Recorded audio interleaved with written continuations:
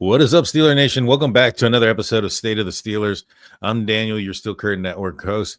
And hey, the Pittsburgh Steelers and Aaron Rodgers spun the wheels on each other, tested the waters, took a test drive, so to speak, on each other. And I think it's something that was probably well needed before pen comes to paper and a contract is sealed. We're going to talk about that. We're going to talk about, well, if not Aaron, another name has popped up as a possibility for the Pittsburgh Steelers. Now, this is coming from, a media source, so to speak, not necessarily an inside source, but let's get into it. Let's break it down. So the Steelers had Aaron Rodgers in the building for about 6 hours, as reported all over the web, and he left without a contract. I know what everybody says when somebody's in the building, you got to leave you can't let them leave without a contract if you truly want them to be a Pittsburgh Steeler. And although I do agree with that, I will say that last season with Russell Wilson, that wasn't the case. He ended up coming into the building and left and then signed a contract a couple of days later. But with Aaron Rodgers, it's a different animal and it's a different set of circumstances, right? He's 41 years old on the tail end of his career. He coming off of not maybe his impressive year, which was coming off of an Achilles injury.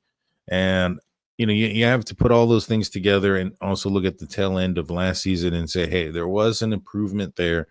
Maybe perhaps that improvement can continue and he can be some sort of shell of his former self that we may have saw glimpses of last season down the line.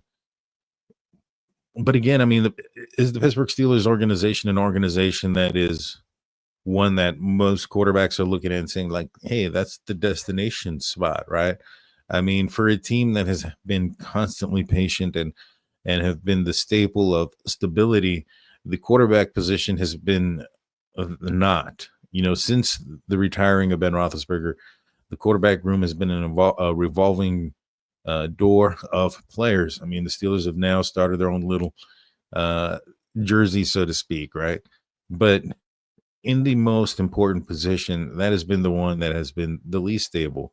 Even going back to 2019, I think we've seen the patience level of Coach Tomlin when it comes to the quarterback position and his ability or his willingness to pull the plug, whether it's Mason Rudolph, a third-round rookie, or a third-round second-year player, I think it was, and going for a undrafted rookie and Doug Hodges and just kind of swapping back and forth, not really showing a lot of confidence in either player because of that, or at least no confidence to think that they will be able to come out of any adversity that they had gotten. With Mason Rudolph, he had maybe a game and a half and a helmet injury that ended up getting him, taken out of the game. And Duck comes in, he ends up winning, he ends up not losing for a little bit until then he starts to really sour it up. But I digress from that year. I just say that to say that for the quarterback position, the Pittsburgh Steelers have been quick to pull the trigger. Even some of the names that we have now, Justin Fields, the Russell Wilsons of the world. If we get Aaron Rodgers there, Ben Roethlisberger, Russell Wilson, Aaron Rodgers, even Justin Fields. You're looking at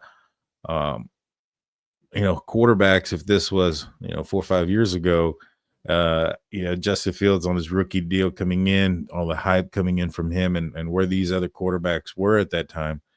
You're looking at a dream team of QBs, but it's been some time.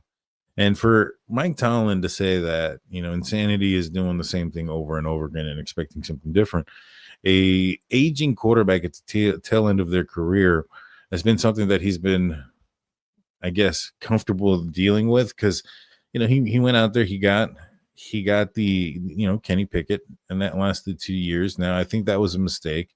They overdrafted him. I think he is what he will probably be as a backup quarterback. I think he's okay. He did. Honestly, I think the defense did most of the work when he was with the Pittsburgh Steelers, but that is what it is. They didn't draft him right, and that kind of set the franchise back. And I think that the Pittsburgh Steelers don't want to set him back any further by going in and paying a lot for anybody, because they clearly don't see that guy, whether it's the Sam Darnolds of the world or whoever. They haven't made an offer that is going to make somebody want to stay. And I don't think the Steelers are that destination spot, like I mentioned earlier, that all these quarterbacks are wanting to go. I think it was Sam Darnold, as I mentioned right now, who said something to the effect, it wasn't just the money. I think it was also the scheme in which why he chose to go to Seattle versus to Pittsburgh.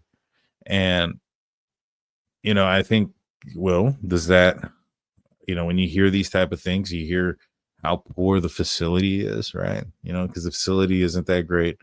We all heard what Najee Harris had to say, in his bad remarks, and I won't talk about that in the second half of the show as well. But he toured the facility, talked to the coaches, on a coaching staff style, right? So if you're the Steelers, what is it that you're going to want to test drive here? Can you guys get along? Are you guys going to be on the same page? Is the philosophy going to be the same? If there's a situation where heads bud, I mean, we all remember last season with Saleh and Rodgers right before Coach Saleh got fired. He tried to hug Rodgers, and Rodgers pushed him back and gave him this dirty look. And then a couple of days later, he was no longer employed. So, what happened there? What happened with New York that it went bad? Why was there so much turnover? And how much did he have a part in with that? Was it because of the players that he wanted to bring? And does he understand that that's not going to happen in Pittsburgh? What is his commitment level? I think that's going to be a huge component. Like, are you going to be a part of this team during training camp? Are you going to be in Latrobe? Are you going to take part in staying at Latrobe? I mean, it's one thing to go in there and practice and then take off and leave and leave the rest of the team there. And the rest of the team is just like, all right, well, this guy has all these extra benefits, which 4-time MVP, Super Bowl champion probably should deserve. But, if he's a team player and he wants everybody to, follow in and say, hey, even that guy, the 4-time MVP, Super Bowl champion is at Latrobe. He's buying in. Well, then I think you're going to get a lot of other people to buy in, a lot of other players to buy in. And, I think that has to be something that is weighing in on the Pittsburgh Steelers. Again, back to like what Najee was saying, no leadership or anything like that. Bringing in an Aaron Rodgers is a role model. He is somebody that the Pittsburgh Steelers players are going to look up to, especially so young of an offense.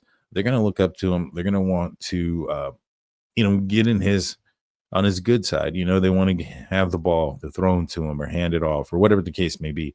And they're going to want to, his influence is going to be huge. And if his influence is not there and he's in Egypt or somewhere else doing something random, well, then that's going to be an issue for a team that's already perhaps maybe needing some help in the leadership and discipline area as far as the roles of some certain players on the team.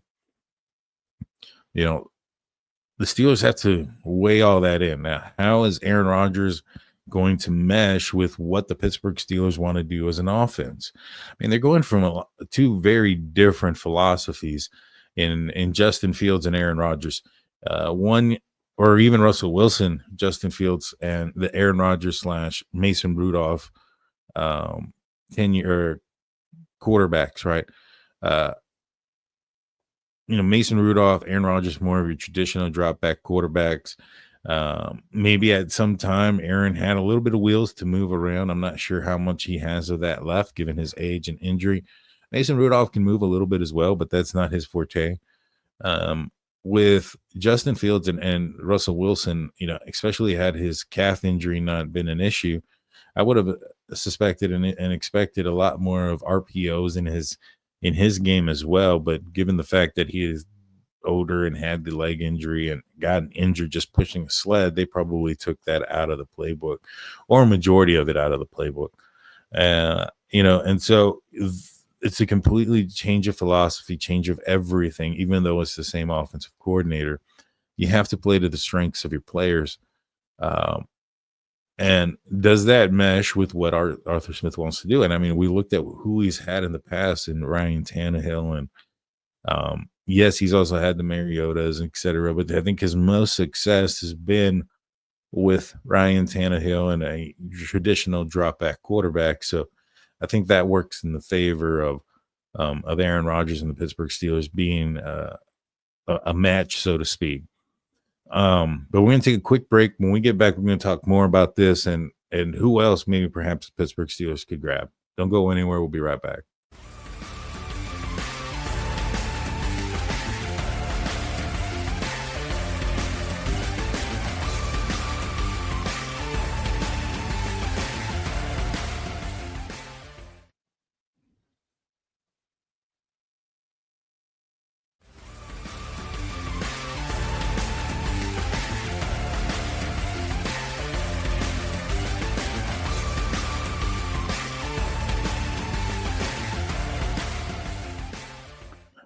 Hey, welcome back. Thank you for staying with us. Before we get back into the conversation, I want to remind you guys of our website, stillcurrentnetwork.com, your one-stop shop for Pittsburgh Steelers news and coverage.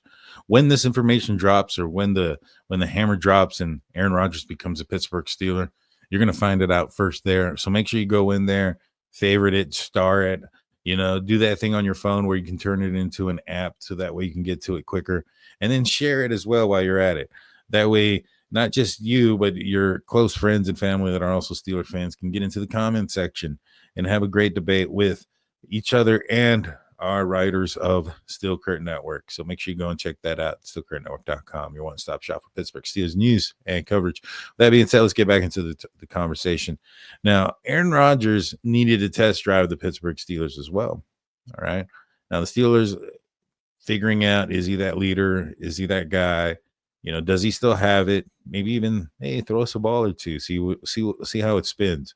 The Steelers had a pretty close view of what he was able to do last year when he was a member of the Jets, and although in the end the Steelers ended up winning that game fairly comfortable. Throughout that game, it was a very competitive game. In fact, early on, he got hot with Devontae Adams and scored fairly quickly, and I thought it was going to be a longer game for the Pittsburgh Steelers, but they were able to put a lid on it. But for the most part, for majority of that game, it was very competitive.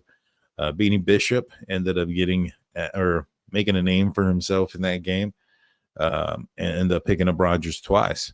So, Steelers know what he's got.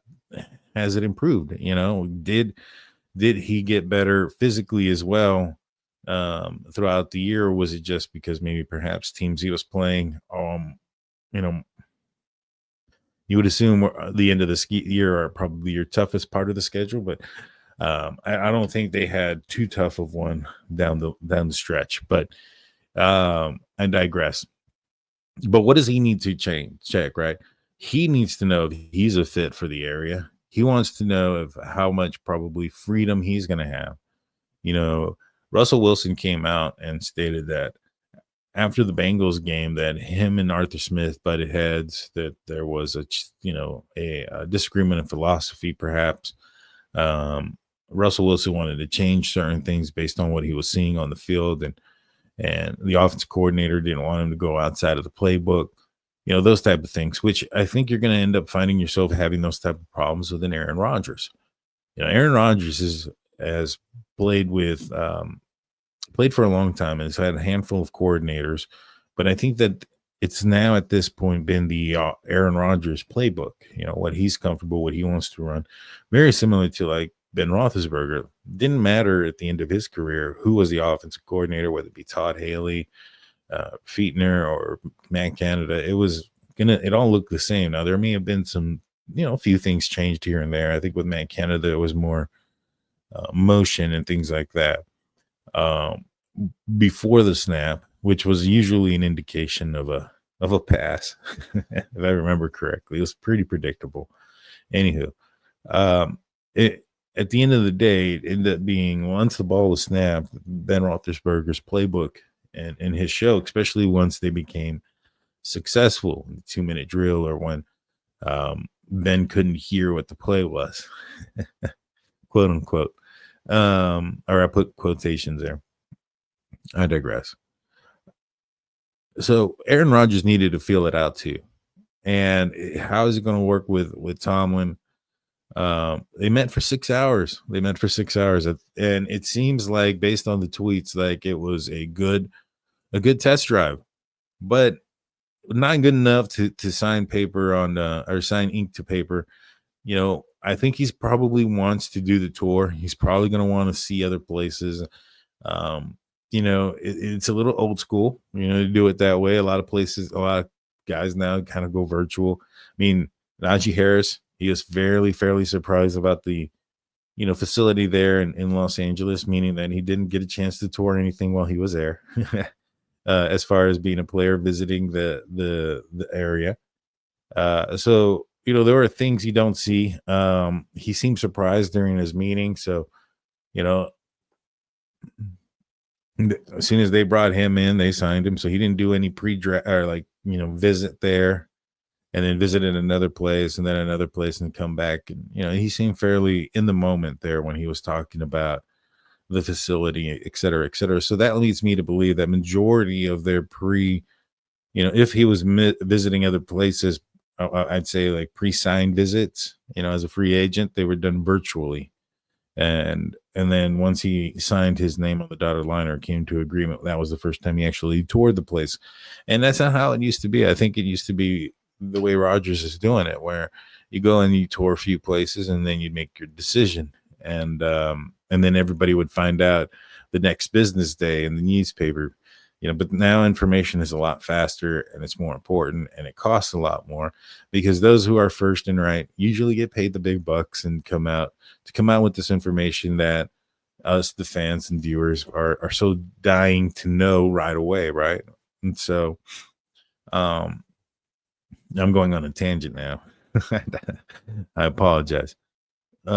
Aaron Rodgers, he needed to test ride the Steelers, and now he's going to probably, I wouldn't be surprised if he ends up making a stop with New York. I think they signed Jameis Winston, though. But, James is more of a backup anyways. The Steelers signed Mason Rudolph. That doesn't mean they're out of the out of the running there for Aaron. I'm hoping that there's a conclusion soon, in the end. Whether it's with the Steelers or not, I strongly suspect it is. But he wanted to, there's also the commitment on the Pittsburgh Steelers, the commitment for Aaron Rodgers to go in there for training camp and all these other things. That's there 100%. But the commitment for the Pittsburgh Steelers have to be there too.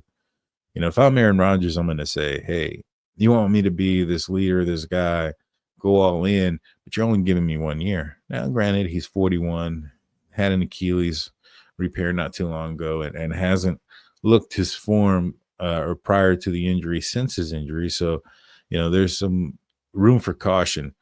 But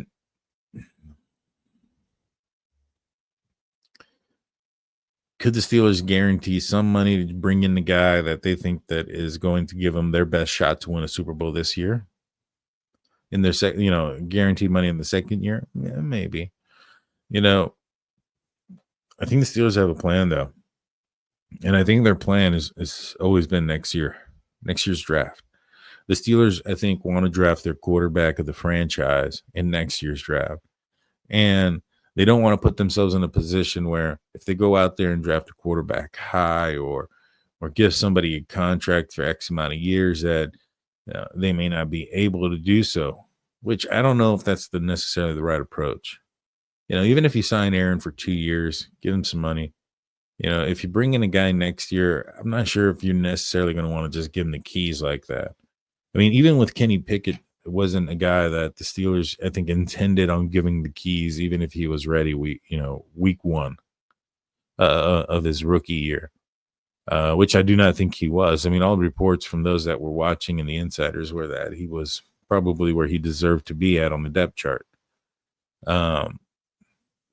But in reality, I think Mason Rudolph is the one who probably was not put in the right position as far as where he belonged on the depth chart in that season. But I digress. But if not Aaron Rodgers, what happens next? Who do the Pittsburgh Steelers go to? There's Mason Rudolph, and I'm not opposed to it.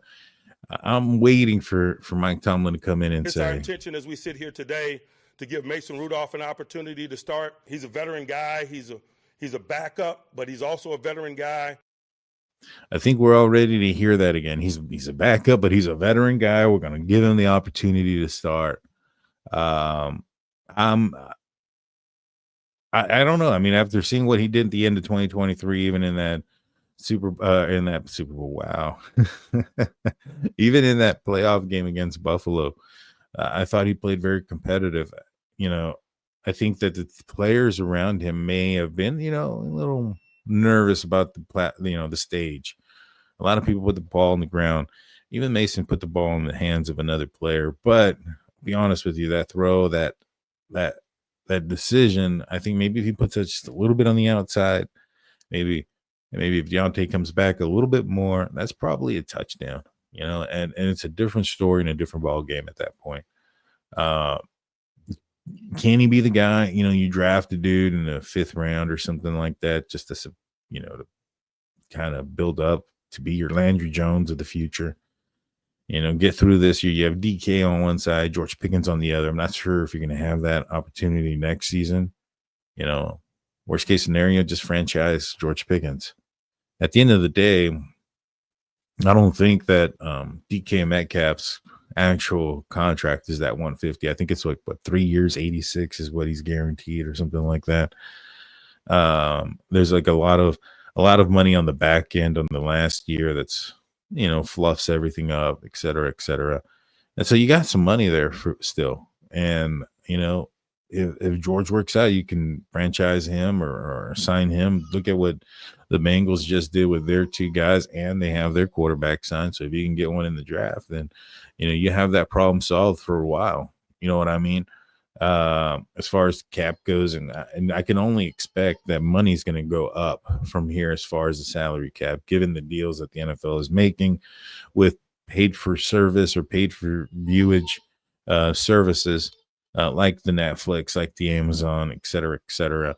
I can see where the salary cap just continues to increase. I mean, it obviously is. And so money's not going to be an option, especially if you sign these guys now. In the future, what you sign now is going to be a deal, right? Because of how quickly things change and how quickly the market moves.